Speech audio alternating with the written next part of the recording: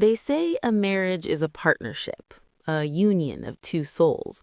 But in our house, it was a game of chess where only one of us knew the board was rigged. My husband, Mark, is a titan of the courtroom.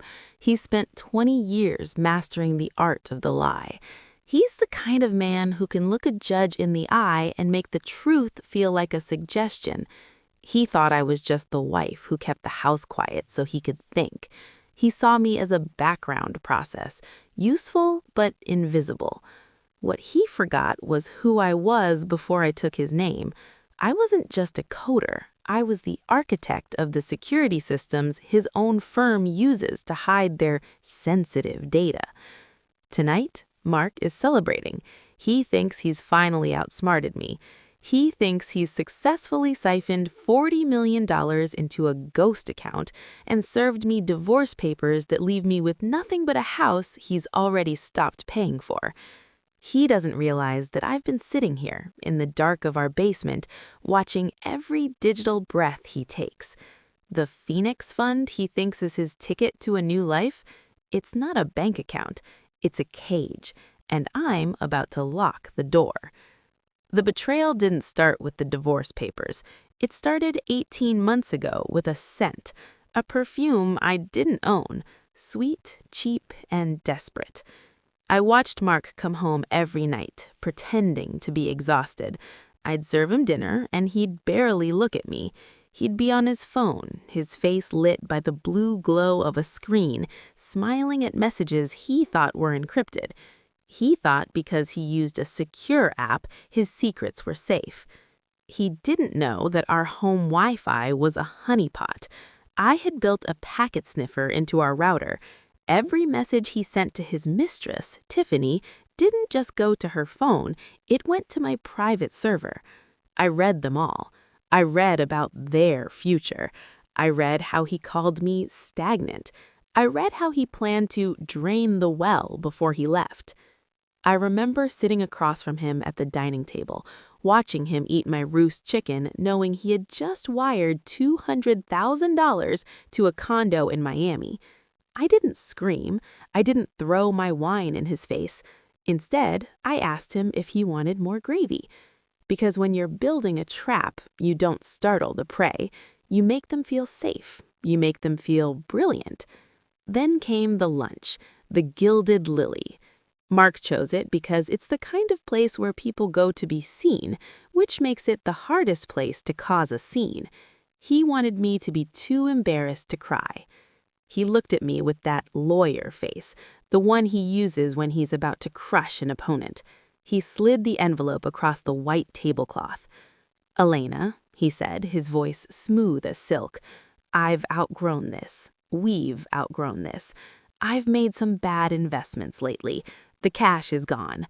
I'm leaving you the house out of respect for our time together, but that's all there is." I looked into the envelope. He had scrubbed our joint accounts.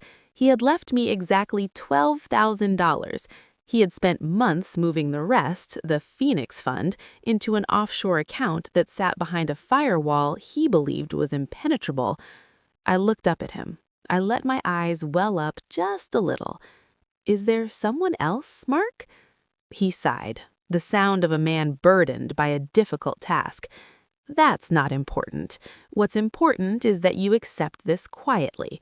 If you fight me, my firm will bury you. You'll end up with nothing." I whispered, "I hope those investments were worth it." He smiled, a small, triumphant twitch of his lips, and walked out. He didn't even pay for the lunch. He left the bill for me. He thought that was his final power move.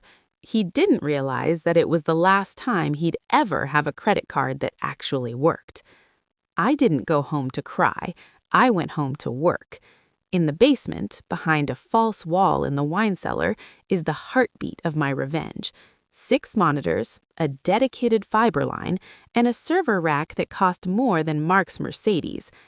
Mark's impenetrable Phoenix Fund was hosted by a boutique bank in the Caymans.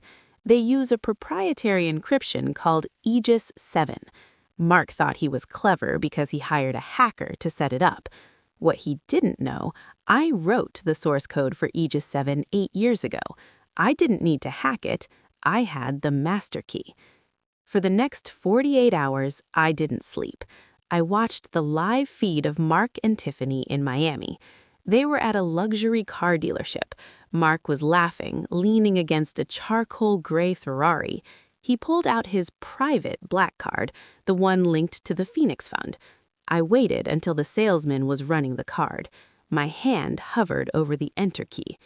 I didn't just decline the card, I triggered a hard freeze on the entire fund. Mark thinks his money is offshore. He doesn't realize that in the digital world, offshore just means in the cloud, and I am the storm. At 11 p.m. on the second night, the front door slammed so hard the windows rattled. Mark didn't come in, he erupted. He charged into the basement, his face the color of a bruised plum. He was disheveled, his tie was loose. He looked like a man who had been running for hours. "What did you do?" he screamed. "I know it was you. My accounts are gone. The bank says the Phoenix Fund doesn't exist." I didn't turn around. I kept my eyes on the cascading lines of code on my center screen. "You told me there was no money, Mark. You told the court you were broke. I was just helping you tell the truth." "I'll kill you." He lunged for me, but I didn't move. I just pointed to the small camera lens mounted on top of my monitor. "Careful, Mark. You're being recorded, and since you're currently being audited by the IRS for those bad investments, I don't think a domestic violence charge is going to help your case." He stopped. He looked at the screens. He saw the logo of his firm. Then he saw a document titled Internal Ledger, Unreported Consulting Fees. "That's the firm's private server," he whispered, his voice trembling. How are you in there?"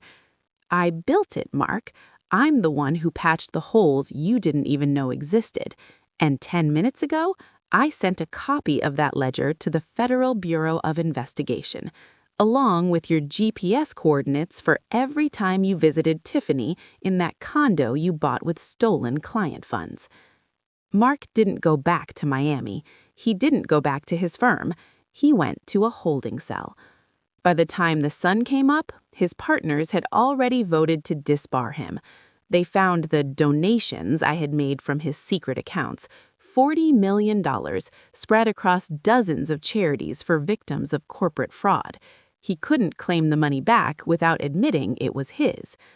I sat on the porch of our house, the house I now owned outright thanks to a small error I found in the mortgage filing, and watched the tow truck take his Mercedes away. People think power is about who has the loudest voice or the biggest bank account. They're wrong. Power is about who understands the system. Mark spent his life trying to be a shark. He didn't realize he was swimming in a tank I built. Karma isn't just a shadow. It's the final balance on a ledger you can't hide from. It is the result of every action coming back to find you when the clock hits 0. If you enjoyed this story, subscribe to Karma Speaks, True Story, for more deep dives into the shadows of power, greed, and the ultimate justice of the truth. Join our community by leaving a comment below. Have you ever been underestimated by someone who thought they held all the cards?